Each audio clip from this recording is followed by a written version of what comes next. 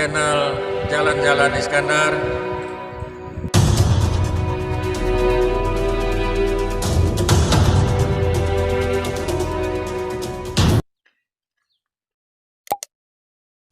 Assalamualaikum warahmatullahi wabarakatuh, sahabat semua. Kisah Jalan-Jalan Iskandar episode ini akan bercerita tentang situs peninggalan Soekarno di ND. Sore itu jam menunjukkan pukul 15.20 ketika pesawat ATR mendarat di Bandara ND. Satu-satu penumpang turun termasuk saya.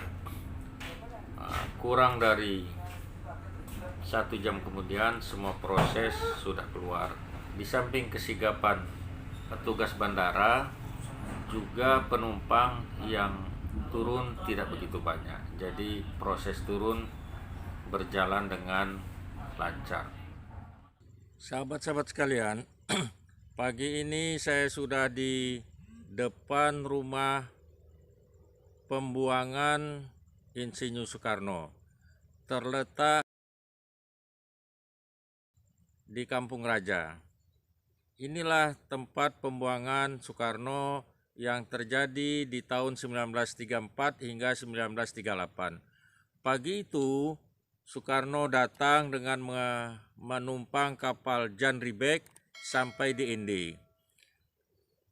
Saya begitu terkagum-kagum melihat kondisi rumah ini. Sesungguhnya rumah ini adalah rumah yang telah direnovasi. Awalnya rumah ini benar rumah Soekarno dengan kondisi yang makin lama makin memprihatinkan, dan ketika pada tahun 16 Mei 1954 Soekarno meresmikan rumah ini menjadi Museum Pembuangan Soekarno. Berjalannya waktu, kondisi rumah makin lama makin tidak baik, maka atas inisiatif Wakil Presiden Budiono, akhirnya pada 23 Juni 2012 rumah ini direnovasi, dan setahun kemudian pada 1 Juni 2013 rumah ini diresmikan oleh Wakil Presiden Budiono. Memangkasi rumah ini, saya segera terkejut melihat lukisan peribadatan umat Hindu yang besar sekali. Ternyata lukisan ini adalah karya Soekarno. Di sebelah kiri saya masuk, saya melihat sebuah setrika besi, kemudian sebuah ceret besi yang semuanya digunakan oleh Bung Karno ketika dibuang ke ND. Di sebelah kanan ruangannya itu ada kursi asli yang digunakan Insinyur Soekarno ketika pembuangan di ND ini. Memasuki ruang tengah, saya melihat ada tempat tidur asli yang digunakan oleh ibu dan putrinya Ratna Juami. Ibu Ami itu adalah mertua dari Insinyur Soekarno, ibu dari Ibu Inggit. Sedangkan Ratna Juami adalah anak angkat Soekarno. Masuk ke belakang, pada sisi kanannya ada sebuah ruang terbuka kecil. Di sana digunakan Soekarno untuk peribadatannya. Di sebelah kirinya lagi ada lemari besar isinya buku-buku yang dibaca oleh Soekarno ketika pembuangan di ND. Sebelah luar ada sumur, teman-teman sekalian. Disinilah kebutuhan mandi Soekarno dipenuhi, untuk masaknya, untuk segala macamnya. Di sebelah sisi agak ke dalam itu ada dapur, ada kamar mandi di mana Bung Karno dan Ibu Inggit mandi, serta Ibu Amsi dan Ratna Juami serta keluarga besarnya.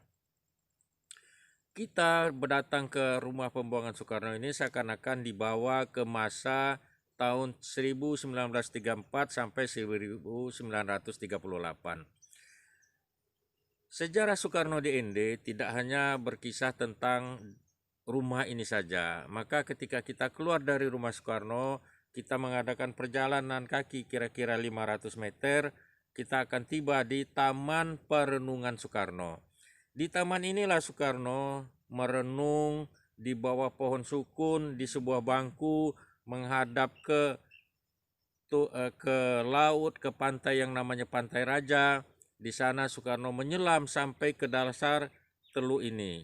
Nah, apa yang ditemukan Soekarno di dalam teluk ini merupakan mutiara yang bukan saja untuk hiasan lemari, teman-teman sekalian, tapi mutiara-mutiara yang didapat Soekarno di dasar teluk ini adalah mutiara-mutiara yang berjumlah 5 dan kelak ini digunakan oleh bangsa kita sebagai yang kita kenal sebagai Pancasila. Taman tempat Soekarno merenung ini itu dikenal dengan Taman Perenungan Soekarno. Soekarno duduk di bawah pohon. Pohon ini sebenarnya, teman-teman sekalian, sudah bukan pohon aslinya, karena pohon aslinya pada tahun 1960 tumbang. Maka atas inisiatif pemerintah daerah ND, tahun 1981 pohon ini dibangun kembali. Nah, kalau kita mengunjunginya sekarang, bangku ini sudah menjadi bangku beton, pohonnya masih ada, ada patung Soekarno menghadap ke laut, namanya Teluk Sawu. Nah, di dasar Teluk Sawu itulah perundungan Soekarno yang akhirnya kita kenal dengan Pancasila.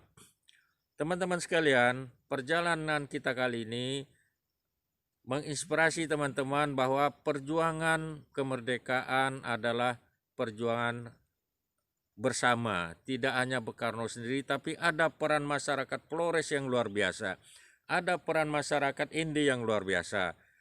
Di sini Soekarno diterima oleh masyarakat ND, diterima oleh kaum kaum pendeta ND di pastoran. Soekarno belajar banyak tentang negara, tentang demokrasi, dan di laut.